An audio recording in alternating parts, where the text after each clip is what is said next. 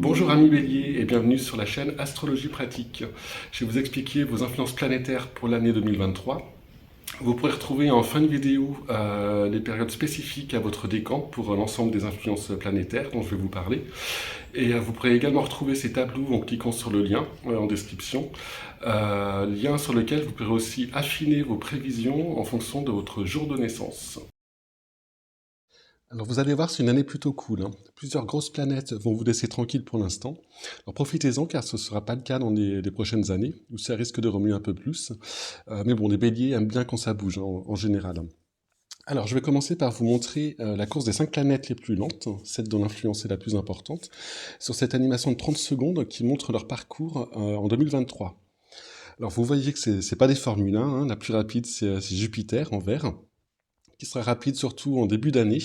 Après, elle va s'attarder dans le signe du taureau où elle va rétrograder. Alors, un événement important pour vous en cette année 2023, c'est l'entrée de Pluton en Verseau. C'est la planète qui est tout en haut, hein, au niveau de l'écran. Donc Pluton était en Capricorne depuis 2008. C'est la planète la plus lente des 10 planètes. Elle fait le tour du zodiaque en 248 ans. Donc elle reste en moyenne une vingtaine d'années par signe. Je dis en moyenne car elle n'a pas une vitesse constante. Elle est aussi rapide en ce moment que Neptune, hein, même depuis quelques décennies, depuis les années 40 hein, en fait. Donc quand elle était en Capricorne, elle était en carré à votre signe, et elle le sera encore une partie de l'année prochaine, donc c'est-à-dire à 90 degrés d'angle, ce qui n'est pas confortable hein, pour vous. Le carré, c'est un aspect de tension. Alors pour info, la prochaine fois que Pluton va vous embêter, c'est quand il va rentrer dans votre signe, donc le bélier, et ce sera en 2067. Vous avez le temps de le voir venir hein, pour ceux qui seront toujours là. Alors, qu'est-ce que ça signifie pour vous ? Donc jusqu'au 23 mars, Pluton sera en carré à votre signe, au Capricorne, donc à votre soleil sur votre thème astral. Donc quand Pluton est en aspect tendu comme ça, il provoque souvent des gros chamboulements intérieurs. C'est une planète qui remue en profondeur, qui nous demande de faire le ménage en nous-mêmes pour garder vraiment ce qui est le plus authentique. Alors c'est jamais très drôle, il y a souvent des grosses remises en question, on peut même traverser une crise d'identité hein, pour certains. Cette planète agit fortement sur l'inconscient, sur tout ce qui est caché, sur tout ce qui est invisible. Il se produit alors souvent des grosses transformations, ça peut même vous métamorphoser, hein. Mais c'est très évolutif, et ça permet d'aller un peu plus vers notre identité profonde. Alors c'est plus ou moins bien vécu selon les individus, car c'est assez déstabilisant, hein, ça bouscule, ça déménage. Mais bon, les béliers en général sont dotés d'une capacité de repartir que beaucoup pourraient vous envier. Alors, par contre, si on résiste à ces changements, si on refuse de lâcher prise, ce sont des événements extérieurs qui vont nous forcer à revoir notre façon d'être ou d'envisager les choses. Et le plus souvent, c'est des événements qui sont pas très drôles. Donc ça peut être un licenciement, une séparation, un deuil, un gros problème de santé, ou n'importe quelle situation qui va se présenter et nous obliger à nous remettre en question, à affronter parfois une part de nous-mêmes qu'on préférait ne pas voir. Alors cette ambiance plutonienne, elle est là tout le temps que Pluton est en Capricorne, mais son influence concrète sur vous dure en moyenne 2 à 3 ans. C'est quand il se place en carré exact à votre Soleil, donc avec plus ou moins 2 degrés d'orbe. Donc c'est-à-dire une marge dans laquelle il est encore très influent. Donc en 2023, c'est surtout le 3e décan qui sera encore fortement dans cette atmosphère parfois un peu lourde, un peu pesante. Alors attention, ça ne sera pas tout le temps non plus, hein. C'est plus un courant de fond avec Pluton. Alors justement, heureusement, je le disais, Pluton sort du Capricorne momentanément le 23 mars pour rentrer dans le signe des Verseaux. Et il va y rester jusqu'au 11 juin. Vous allez sans doute ressentir comme une pesanteur au fond de vous hein, qui s'éloigne. Le printemps 2023 devrait être assez sympa de ce point de vue-là, avec des airs de légèreté. Surtout qu'après un passage de Pluton, comme vous l'avez connu, on ressort changé, on est un peu transformé, on a en tout cas beaucoup évolué. Et d'ailleurs, on découvre parfois des forces cachées en nous, des ressources intérieures qu'on ne connaissait pas, comme si Pluton avait libéré une sorte d'énergie qui était bloquée dans notre inconscient ou au fond de nous. Alors Pluton, ça parle aussi de pouvoir. Donc tant qu'il est en carré en Capricorne, ça peut jouer sur des luttes de pouvoir hein, chez vous, que ce soit au niveau professionnel ou autre. Donc ensuite, Pluton va revenir dans le Capricorne, donc après le 11 juin, et il va quitter définitivement ce signe l'année prochaine, en 2024. Donc en deuxième partie d'année 2023, il sera plus fortement ressenti par les natifs de la toute fin du troisième décan, mais même aussi pour eux, le plus dur sera passé. En fait, il sera déjà passé une fois en fin 2022 et début 2023 sur leur soleil. Et le premier passage est en général le plus déroutant. C'est souvent celui qui provoque la crise. Donc, dans tous les cas, pour tout le monde, vous allez vers le mieux. Le bout du tunnel plutonien est bien visible. Alors, pour connaître les périodes exactes de cette influence sur vous, vous pouvez consulter les vues d'ensemble des planètes sur les tableaux en fin de vidéo. Il y en a un par décan. Ou sinon, vous pouvez cliquer sur le lien en description. D'ailleurs, vous pourrez aussi sur le lien voir la période où vous serez personnellement concerné en fonction du jour de votre naissance. Alors, je précise que sur les tableaux qui reprennent l'ensemble des planètes pour toute l'année, je vous en montre un. Donc là, vous voyez, donc les 5 premières lignes, ce sont les 5 planètes lentes. Donc pour ces 5 planètes, le fait qu'il n'y a pas de zone colorée en rouge, bleu ou jaune, ça ne veut pas dire qu'il n'y a aucune influence, parce que ces planètes sont tellement lentes que lorsqu'elles sont dans un signe, elles prennent vraiment la coloration du signe. Et donc si le signe est en aspect, comme là en carré avec le bélier, tout le signe ressent l'aspect. Et les zones colorées, donc le jaune, le bleu, le rouge, ça représente vraiment les périodes les plus intenses pour ces 5 planètes. Alors si on regarde maintenant la deuxième planète la plus lente après Pluton, donc c'est Neptune. Alors là, je ne vais pas m'y attarder parce que cette planète était en Poisson en 2022. Elle va y rester en 2023. Et donc elle est assez neutre pour vous dans ce signe. Ça serait une autre paire de manches par contre quand elle va rentrer en Bélier, donc juste après le Poisson. Ça ne sera pas avant avril 2025. Donc vous avez le temps de voir venir. J'en profite, comme ça peut être long pour Neptune, pour vous préciser que plus une planète est lente, plus le poids de son transit est marqué. Donc quand elle est en aspect à votre signe, donc à votre soleil, le poids de la planète est important. C'est d'ailleurs pour ça que je débute par les Nantes. Il faut savoir que pour les planètes rapides, quand elles rétrogradent, c'est-à-dire quand, vue de la Terre, on a l'impression qu'elles reculent. Alors, en fait, elles reculent pas vraiment, mais c'est un petit peu comme dans un train. Quand vous êtes dans un train qui avance très vite et qui dépasse un train qui est un petit peu moins rapide, on a l'impression que l'autre train recule par rapport à nous. Ben là, c'est un peu pareil, c'est un peu une vision d'optique. Donc dans ces cas-là, même pour les planètes rapides, elles restent beaucoup plus longtemps sur un point du zodiaque, et donc leur transit peut être aussi marquant que celui d'une planète lente. Et bon, on y reviendra tout à l'heure avec les planètes rapides. Alors on en arrive à Uranus, autre planète très lente. Donc comme pour Neptune, elle va vous laisser tranquille. Elle reste en Taureau cette année, comme en 2022. Elle va passer en Gémeaux dans l'été 2025, et là, ça va être tout bon pour vous. Mais bon, on aura le temps d'en reparler d'ici là. Donc je continue avec Saturne. En début d'année, donc jusqu'au 8 mars, Saturne termine de traverser le signe des Verseaux. Le Verseau, c'est un signe qui est en sextile au vôtre, donc à 60 degrés d'écart. Donc Saturne va vous envoyer des bonnes ondes. C'est une planète qui apporte beaucoup d'objectivité, de lucidité, de fiabilité, avec un côté très responsable. Donc vous serez peut-être un peu plus posé qu'à l'ordinaire. C'est aussi une planète qui fait en sorte que tout ce que vous allez mettre en place, donc là dans le premier trimestre, aura des bases solides. Elle inscrit vraiment les choses dans la durabilité quand elle est bien disposée, comme ce sera le cas pour vous, entre le 1er janvier et le 8 mars. Alors par contre, avec Saturne, même dans une bonne position, rien ne nous tombe tout cuit dans les mains. Il faut vraiment faire l'effort de préparer et de mettre les choses en place. Il y a un minimum de travail à fournir au départ, quel que soit le secteur concerné. Mais par contre, ce qui sera accompli à ce moment-là sera inscrit dans la durabilité. Donc ça peut être une bonne période pour lancer, pour préparer un projet, quel qu'il soit. Surtout qu'en plus, Jupiter va vous faire la fête là, en ce début d'année. Elle est rentrée donc en décembre 2022 dans votre signe, le Bélier, et elle va le traverser jusqu'au 16 mai. Alors Jupiter, c'est une planète qu'on aime bien en général. C'est une planète qui parle d'expansion, d'optimisme, de développement, de joie de vivre, d'harmonie. Elle facilite les choses. Avec elle, on se sent aussi plus en forme. Et là, en passant sur votre soleil, ça va faire des étincelles, mais dans le bon sens du terme. Vous allez péter le feu. Vous allez rayonner. Et Jupiter, ça permet aussi à des situations qui étaient bloquées de pouvoir s'améliorer. Alors sur le plan professionnel, là, ça peut être une bonne période pour obtenir une promotion, par exemple. Ça peut être le bon moment pour demander une augmentation. Jupiter favorise ce genre de démarche et donc allez-y. Donc là, en ce début d'année, donc jusqu'en mai, vous avez le soutien de Jupiter et de Saturne. Donc profitez bien de l'ambiance de l'aubaine, pardon, si vous avez un projet en tête, quel que soit le domaine. Alors Jupiter, ça joue aussi sur le côté relationnel. Elle favorise les rencontres amicales ou amoureuses. Et elle vous donne une joie de vivre communicative.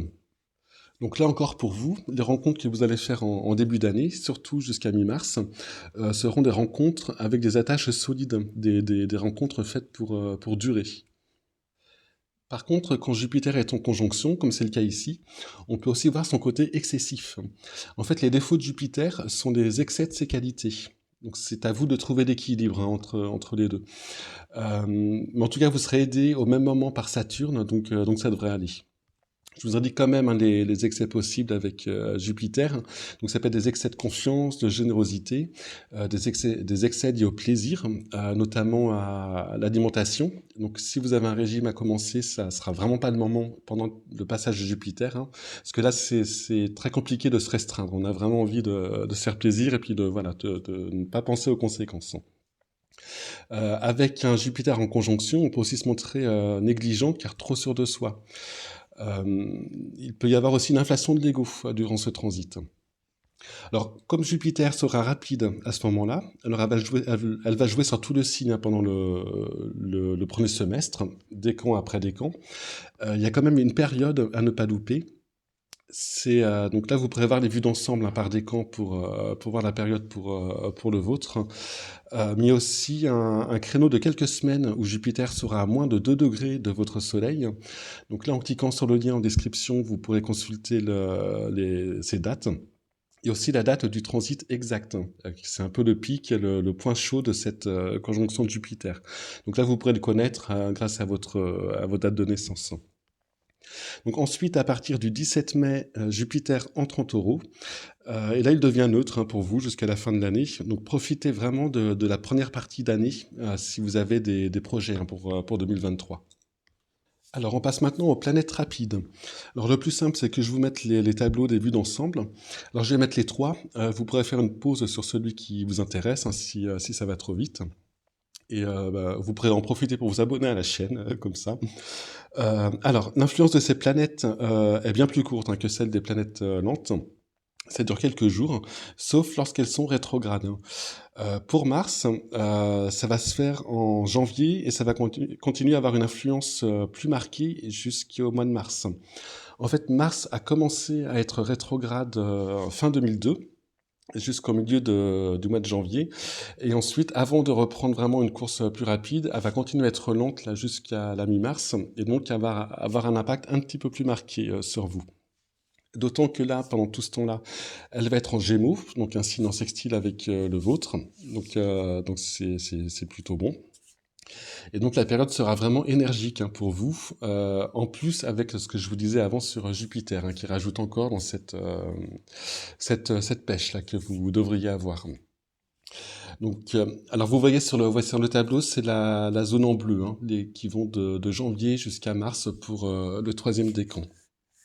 Donc Mars, c'est une planète qui va vous rebooster, si tant est qu'il y en ait besoin. Elle va vous apporter un surcroît de motivation, de la combativité. Vous serez encore plus persuasif, plus convaincant, plus entreprenant. Et surtout à partir du 13 janvier, donc où elle repart en direct. Donc si vous avez par exemple un truc à demander à votre patron, à partir de la deuxième quinzaine de janvier, c'est vraiment le bon moment. Là encore, comme c'est une planète rapide, il faut vraiment regarder les dates qui vous concernent personnellement, en fonction du jour où vous êtes né, pour voir vraiment le créneau de quelques jours où l'impact sera le plus fort. Alors, il y a d'autres périodes où Mars est avec vous, donc c'est les périodes bleues dans le tableau sur la ligne de Mars. Sinon, pour les périodes rouges de Mars, donc c'est lorsque Mars est dans des signes qui sont en carré ou opposés aux vôtres. Alors c'est un peu la même chose au niveau de l'influence, mais avec en plus de la nervosité possible, un côté un peu plus irritable, des problèmes d'insomnie aussi qui peuvent apparaître. Ah oui, j'ai pas précisé, mais avec Mars, quelle que soit la couleur, hein, de la période sur l'année, ça peut booster la libido. Faut le savoir. En fait, cette planète représente entre autres l'énergie sexuelle dans un thème natal. Alors pour le Soleil, vous verrez qu'il y a peu ou pas de zones colorées, hein, pour cette planète, car elle a très peu d'impact en transit. En fait, c'est une planète qui joue surtout le rôle de déclencheur. Donc c'est lorsqu'elle rejoint une planète lente dans le ciel, planète qui était déjà en aspect avec votre signe. Donc là, quand le Soleil arrive, elle peut déclencher un événement ou quelque chose en lien avec cet aspect de planète plus lente.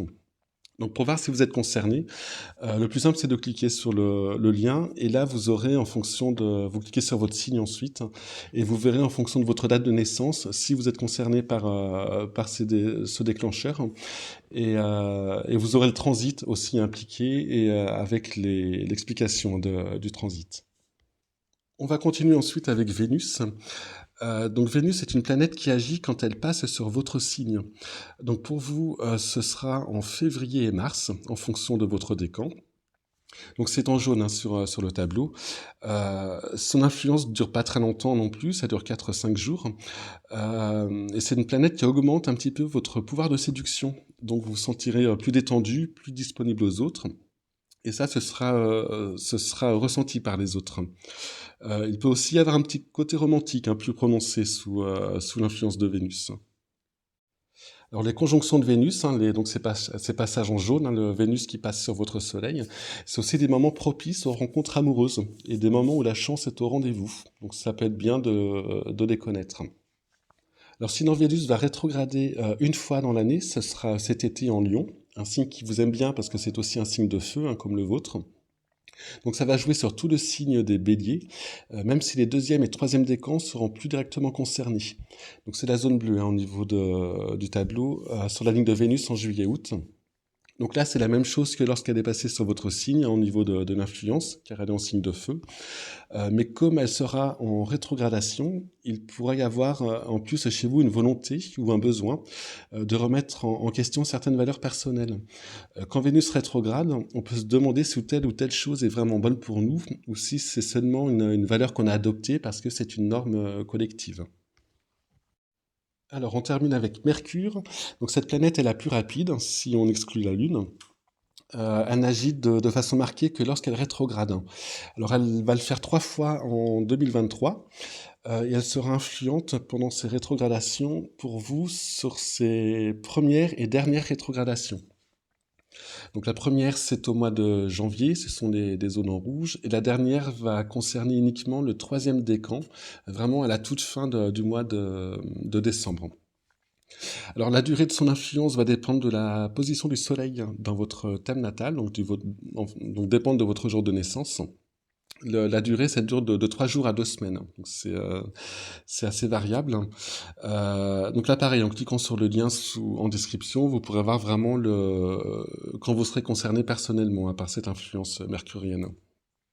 Donc là, ce sont des périodes qui sont souvent marquées par des retards en tout genre, donc qu'ils soient administratifs, au niveau de la mise en place de projets, au niveau des transports, des courriers. Il y a aussi souvent des difficultés au niveau de la communication, à cause de manque de compréhension, de manque d'ouverture à l'autre. Donc ça sera surtout pour celle de janvier, hein. Ça sera plus cool pour celle du mois de décembre pour vous. En fait, alors pendant ces rétrogradations, vous pouvez aussi ressentir un besoin d'introspection, un besoin de faire le point, de vous recentrer, de vous retrouver avec vous-même. Et ces périodes, c'est aussi des moments où il faut éviter de signer des contrats, des papiers importants ou de lancer des projets, car il y a un risque de retard ou de difficultés imprévues. Alors c'est pas très grave en général, mais c'est souvent très chiant. Donc voilà, je vous laisse vérifier donc les dates, hein, qui vous concernant cette planète, et nous avons fait le tour des planètes là pour 2023. Je vous remercie pour votre écoute, je vous souhaite une très bonne année 2023 et je vous dis à très bientôt pour des prévisions mensuelles où on pourra affiner tout ça.